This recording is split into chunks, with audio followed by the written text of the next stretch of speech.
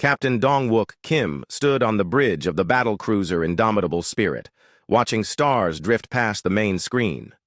The ship was huge, stretching nearly 2 kilometers from front to back. Its gray metal hull was covered with weapon, ports, and sensor arrays. This was one of the newest ships in the Human-Terran Federation fleet. Kim was 45 years old with short black hair and calm, dark eyes. He had been commanding ships for 20 years. His crew trusted him because he always found a way to solve problems, even when the solutions seemed impossible. "Captain," said Commander Subin Park, walking up to his chair. She was his first officer, a woman of 38 with sharp intelligence and quick thinking. "We're getting something strange on the communications array." Kim turned to look at her. "What kind of strange?" "It's an encrypted signal, sir. Very weak. Lieutenant Tae-ho Lee thinks it might be a distress call, but the encryption is not from any human system. Lieutenant Lee was their weapons officer, only 26, but already known throughout the fleet as a genius with energy systems." He looked up from his console, his young face serious. "Captain, I've been working on the signal for the past hour. It's definitely alien, but it's using some Federation codes mixed in. Someone out there knows how to talk to us." Kim felt his stomach tighten. The Indomitable Spirit was supposed to be on a routine mapping mission in the outer territories.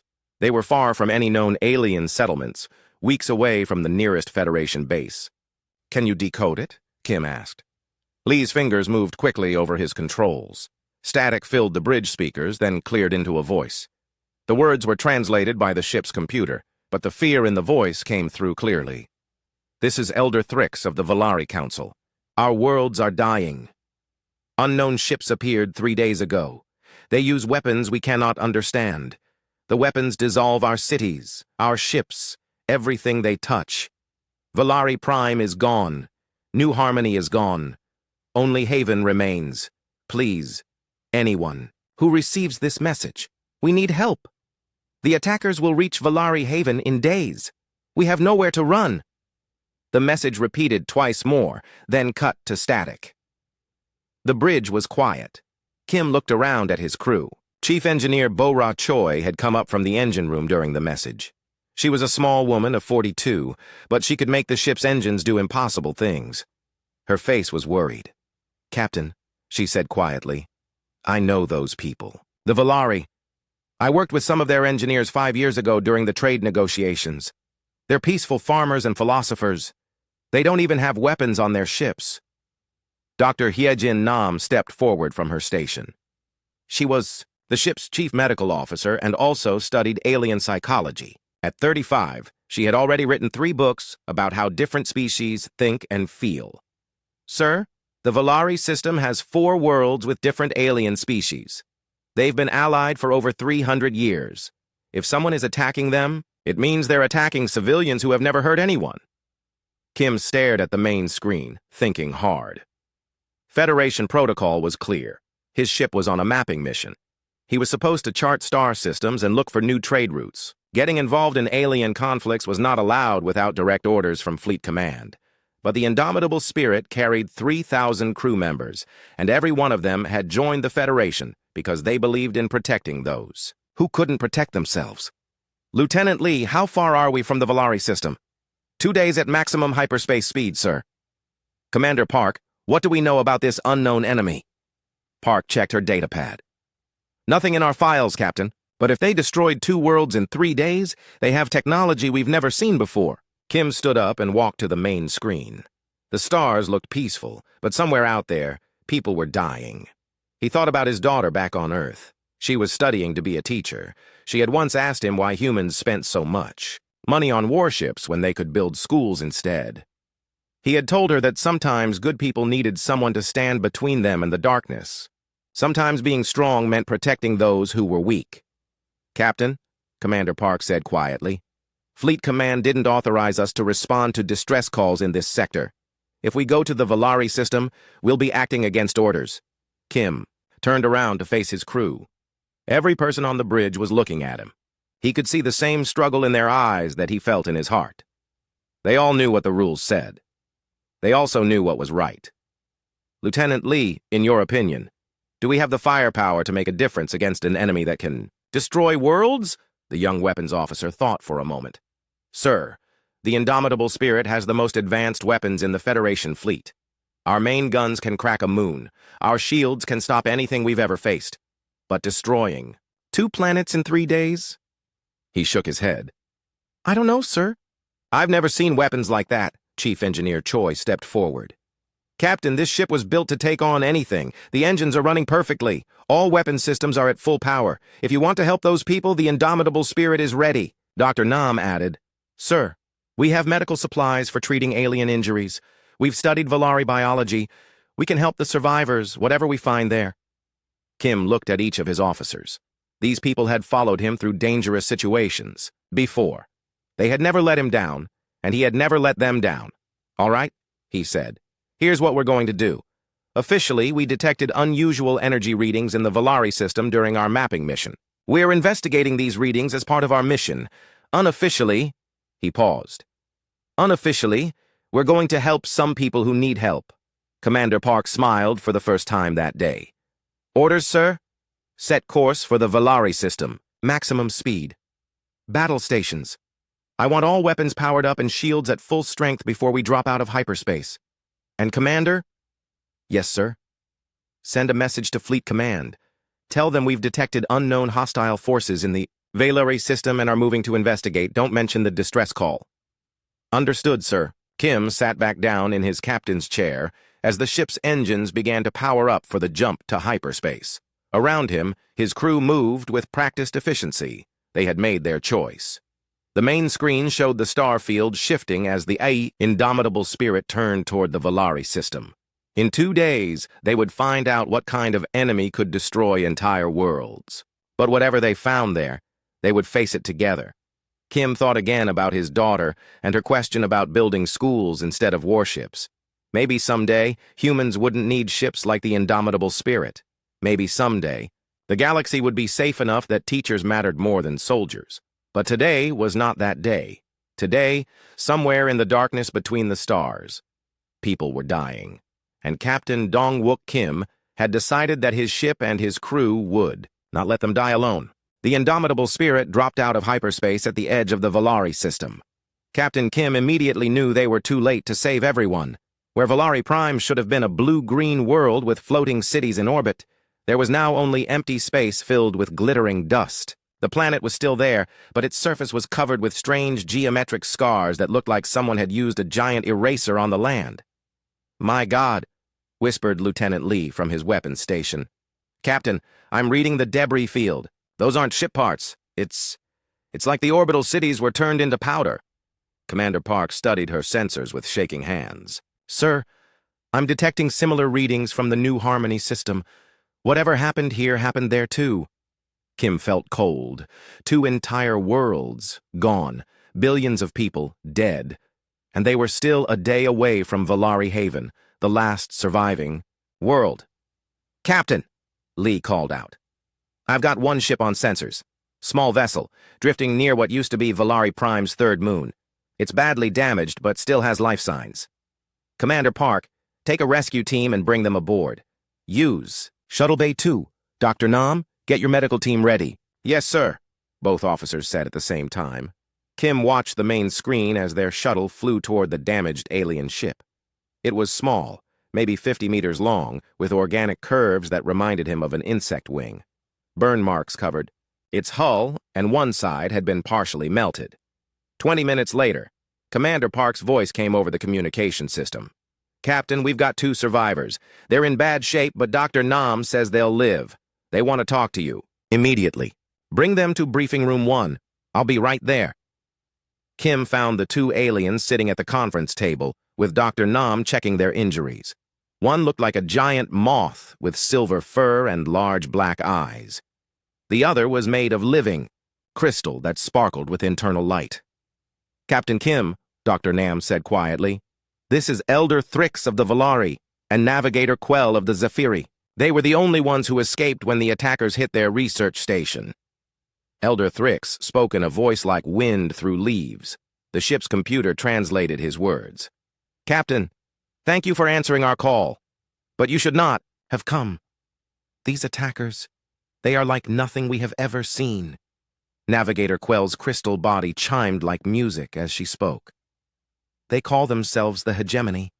Their ships are black and seem to eat light.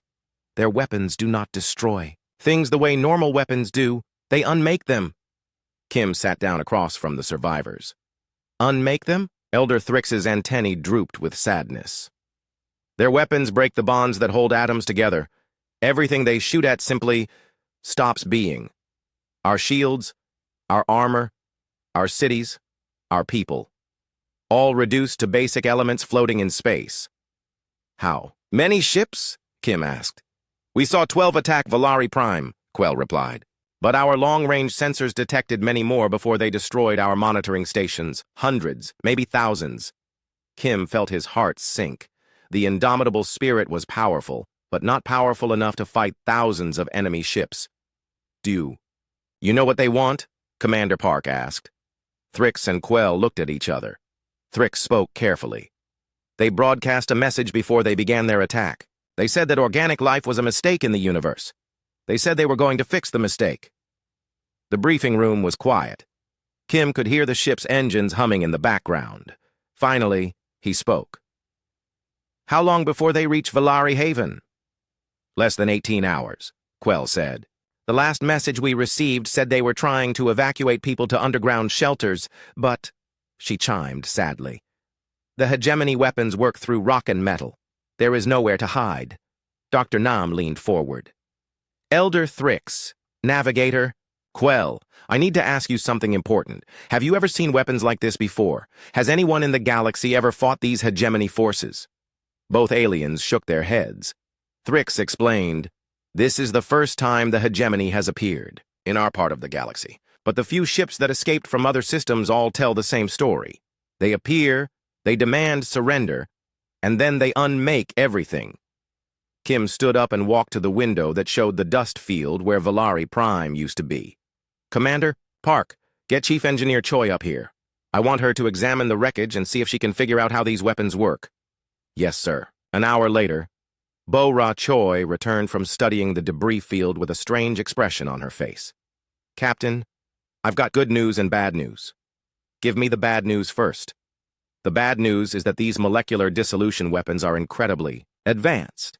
They fire a beam that breaks atomic bonds in a chain reaction. Anything they hit just falls apart at the molecular level. And the good news? Choi smiled. The good news is that they don't work very well on human technology. Everyone stared at her. Kim raised an eyebrow. Explain. Sir, I tested fragments of the alien ships and stations against fragments of our own shuttles that got caught in the weapon beams. The alien technology is built with perfect atomic structures. Every molecule is precisely placed. That makes them easy targets for the dissolution beam. She pulled out her datapad and showed them the readings. But human technology is messy. We build things with acceptable imperfections. Our hull plating has irregular crystal structures.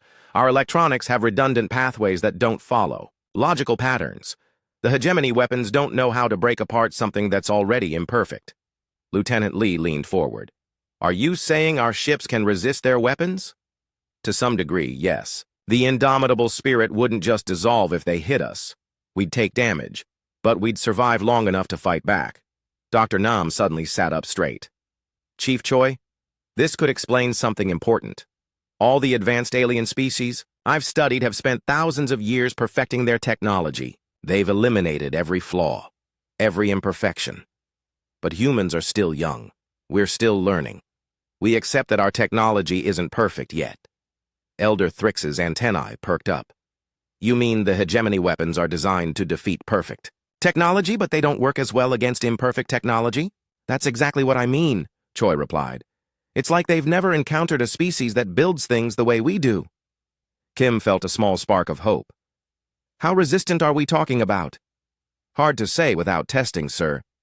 But based on what I've seen, I think we could survive several direct hits. Long enough to fight back anyway. Commander Park looked at the tactical display. Captain, even if we can resist their weapons, there are still hundreds of ships heading for Valari Haven. We can't stop them all. Kim stared at the display for a long moment.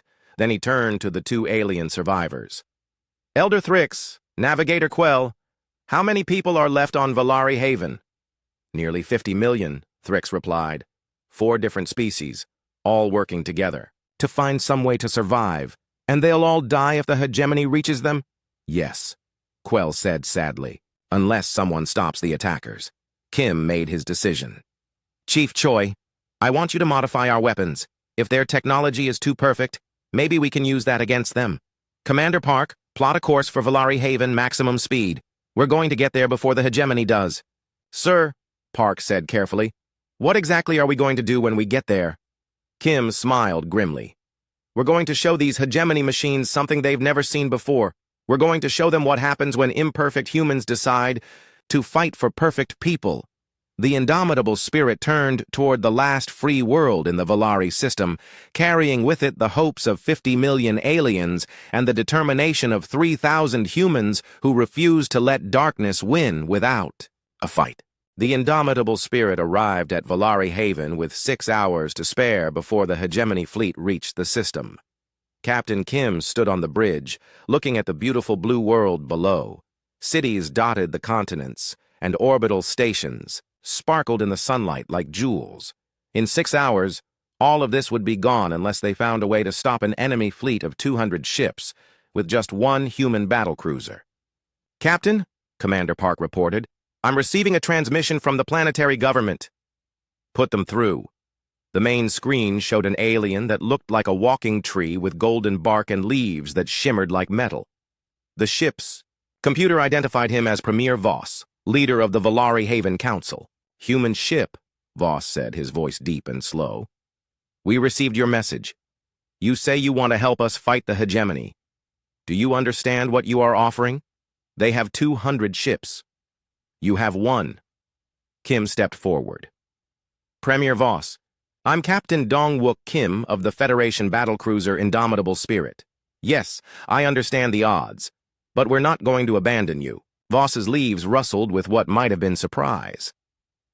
Captain Kim, we are grateful for your courage, but how can one ship hope to stop a fleet that has already destroyed 2 worlds?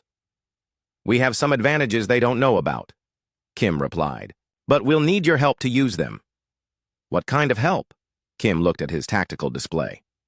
Premier, how many people do you have working in your mining operations? Nearly 2 million across the planet. Why? Because we're going to turn your mining equipment into weapons.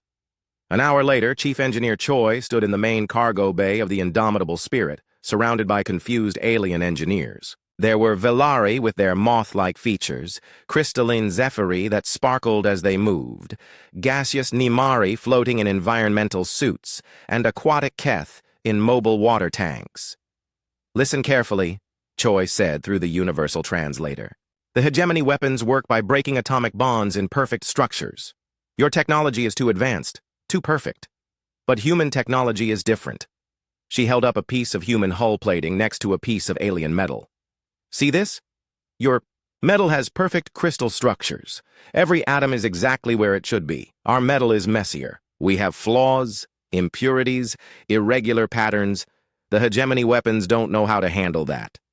One of the Zephyri engineers chimed a question. Are you saying we should make our weapons worse? I'm saying we should make them human, Choi replied with a grin. Lieutenant Lee was in orbit above Valari Haven, working with alien technicians to modify the planet's mining platforms.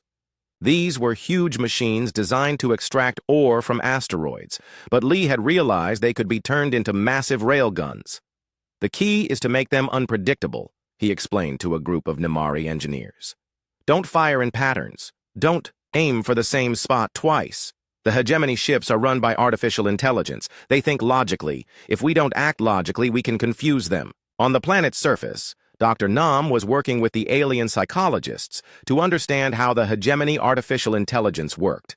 The survivors from Valari Prime had recorded some of the hegemony communications, and Nam was analyzing them.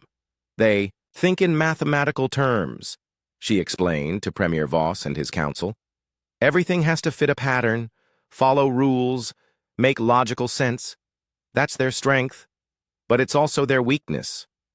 How is logic a weakness? Asked one of the Keth council members, her voice bubbling through her water tank. Because humans aren't logical. Nam replied. We do things that don't make sense. We fight when we should run. We sacrifice ourselves for others.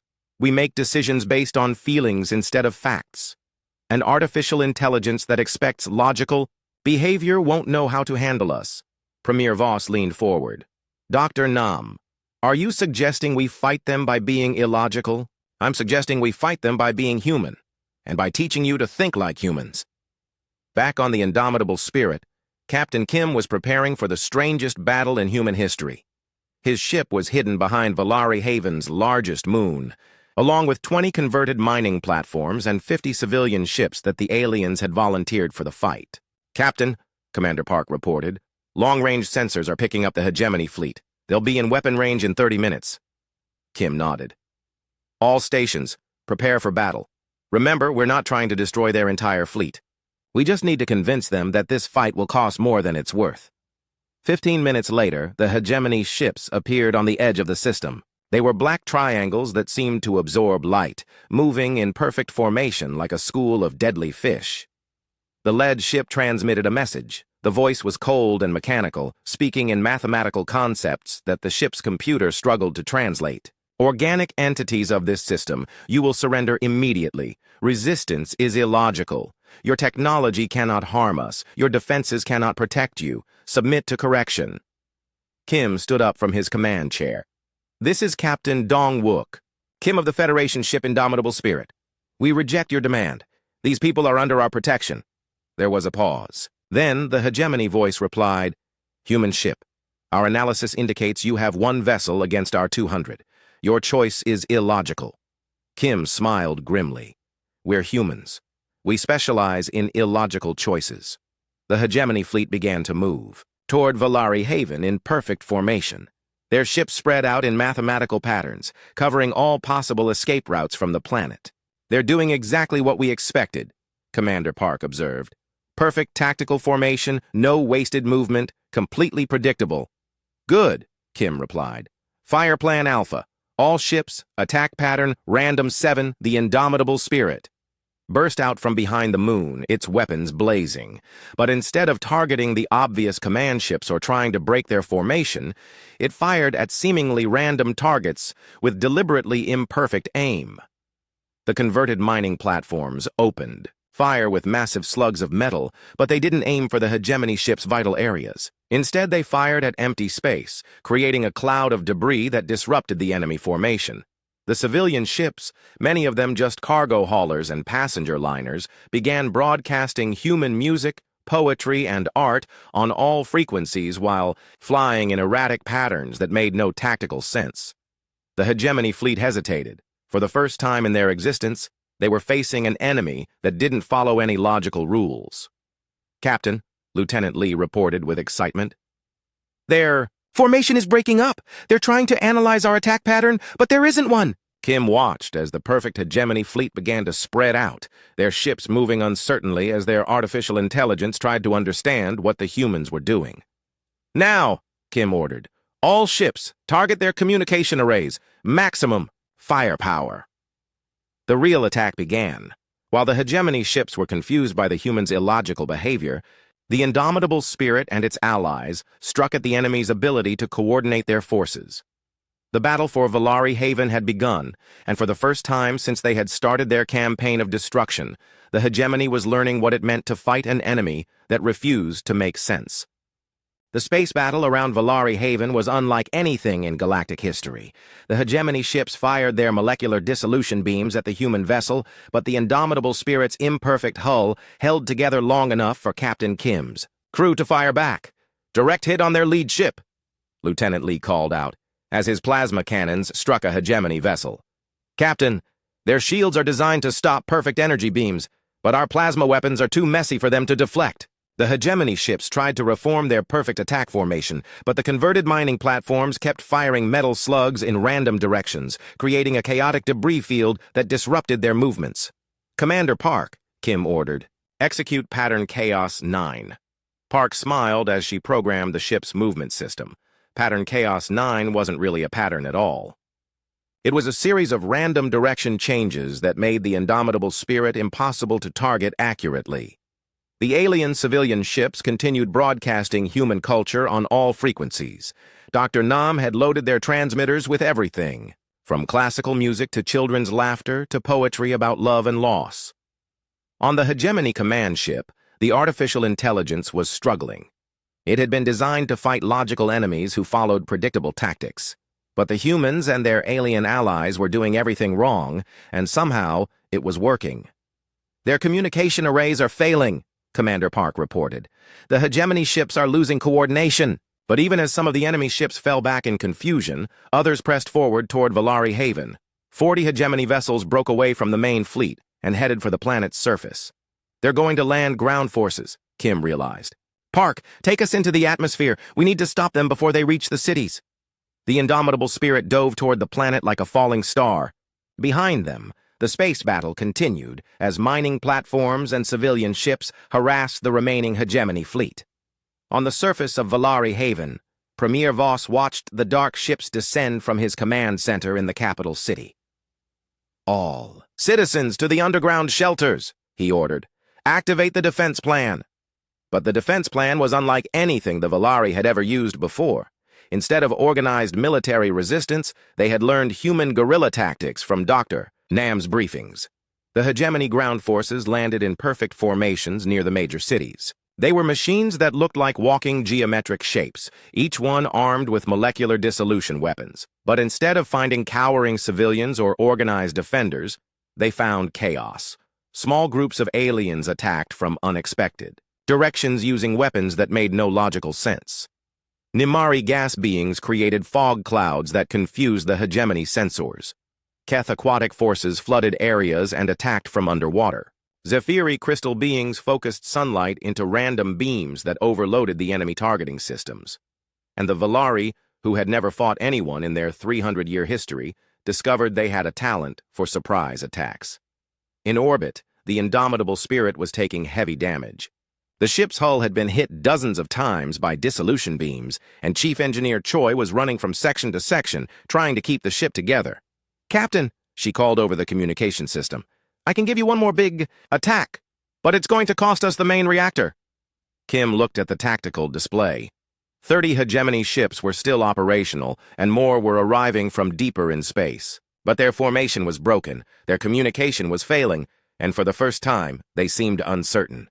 "Do it," Kim ordered. Lieutenant Lee began overloading the ship's main weapons.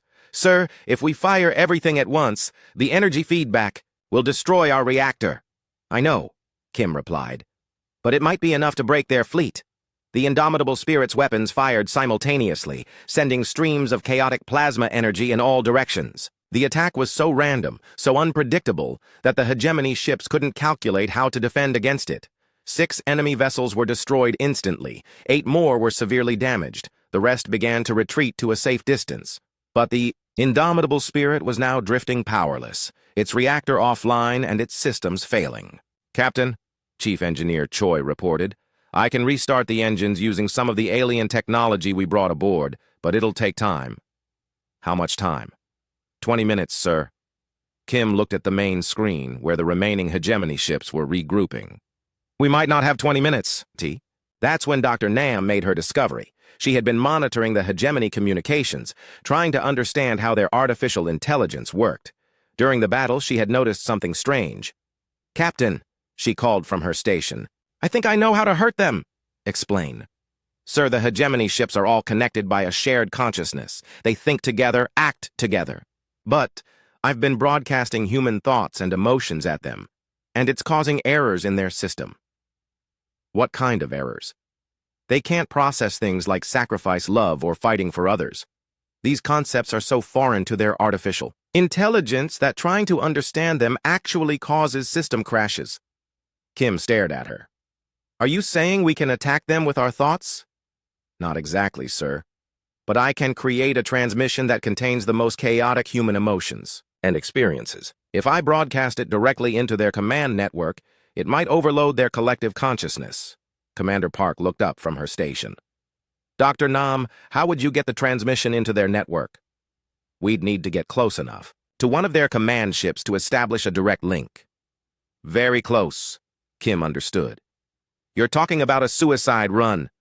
Sir, it's the only way to save the planet. Kim looked around the bridge at his crew.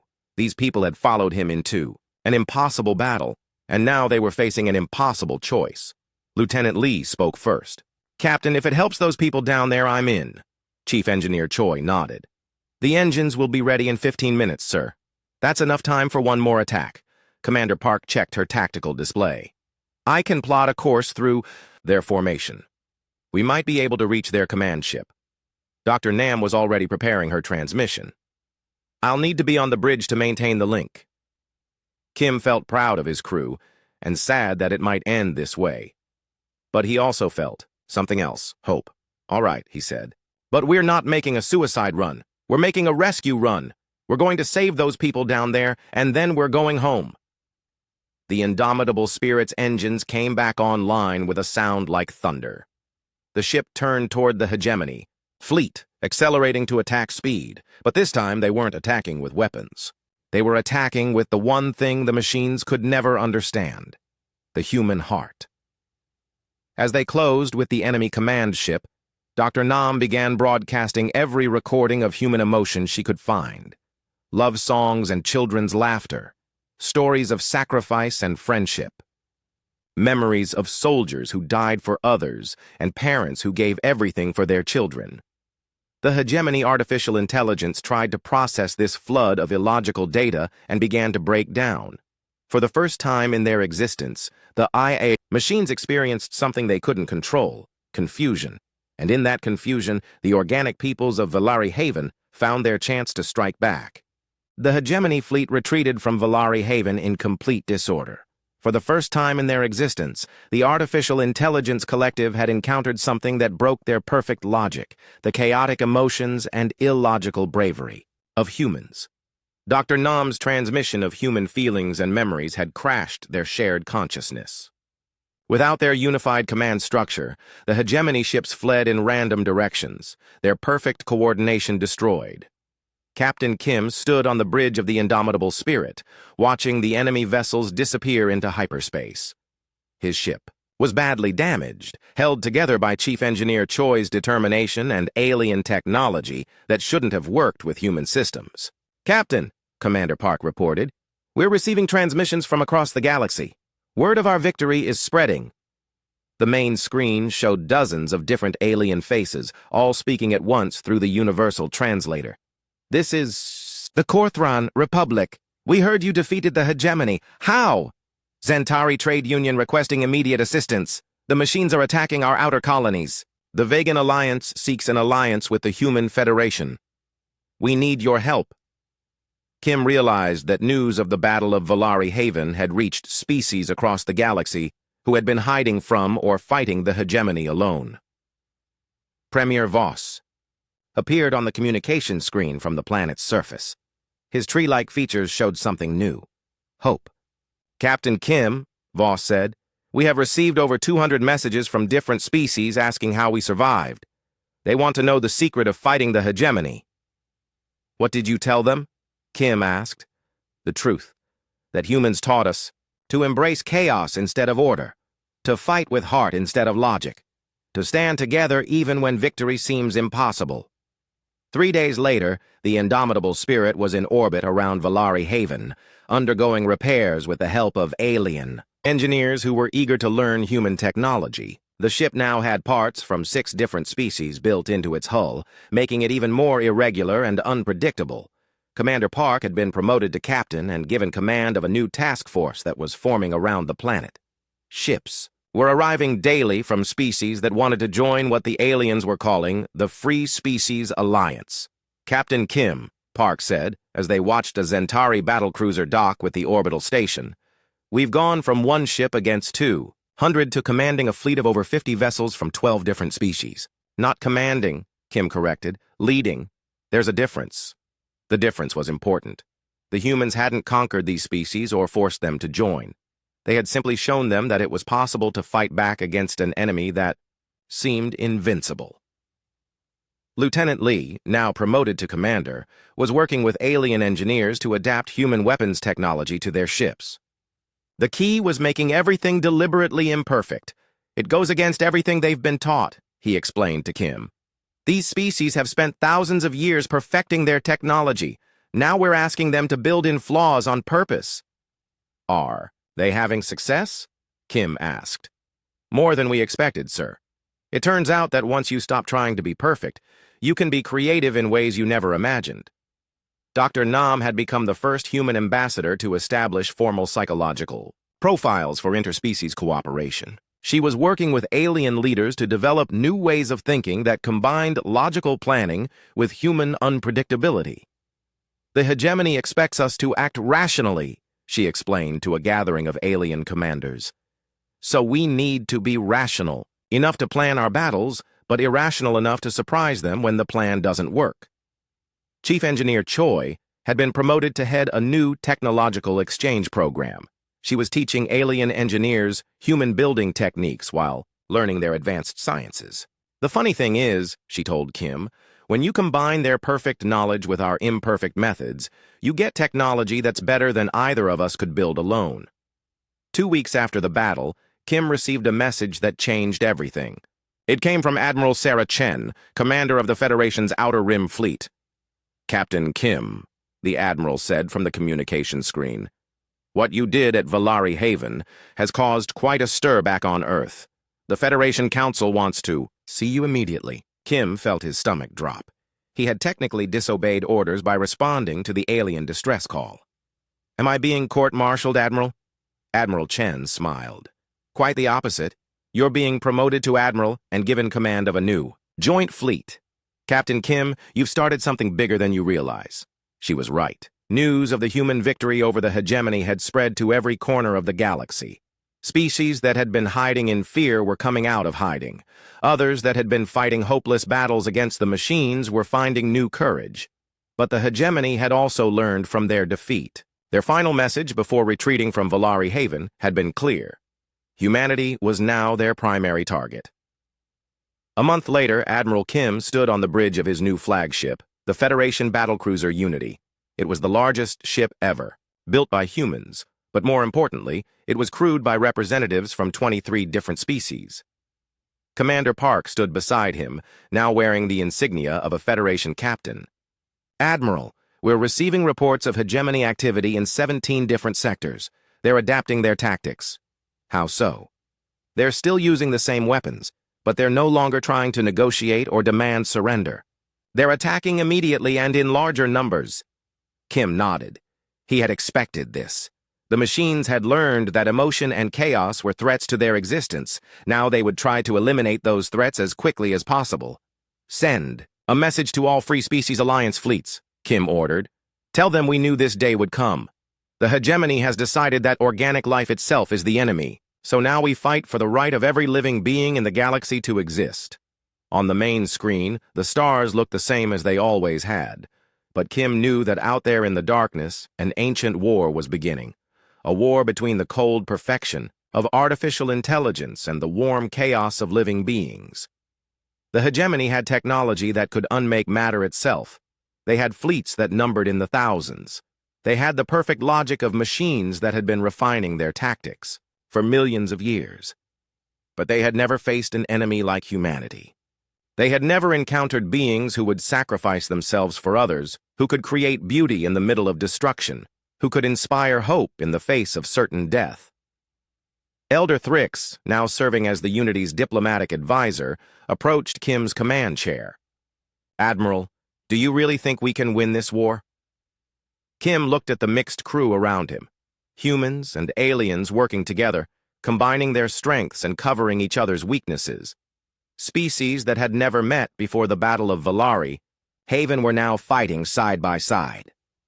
Elder Thrix, Kim said, a month ago, one human ship stood against 200 hegemony vessels and won. Today, we have a fleet of 500 ships from dozens of species, all of them willing to fight for each other's freedom. He stood up and walked to the main screen, looking out at the stars. The hegemony thinks that organic life is a mistake that needs to be corrected. But they're wrong. Life isn't a mistake. Life is a miracle. And miracles are worth fighting for. The Unity and its fleet jumped to hyperspace, heading toward the next battle in a war that would determine the fate of every living being in the galaxy. Behind them, Valari Haven continued to rebuild, but now it was building something new.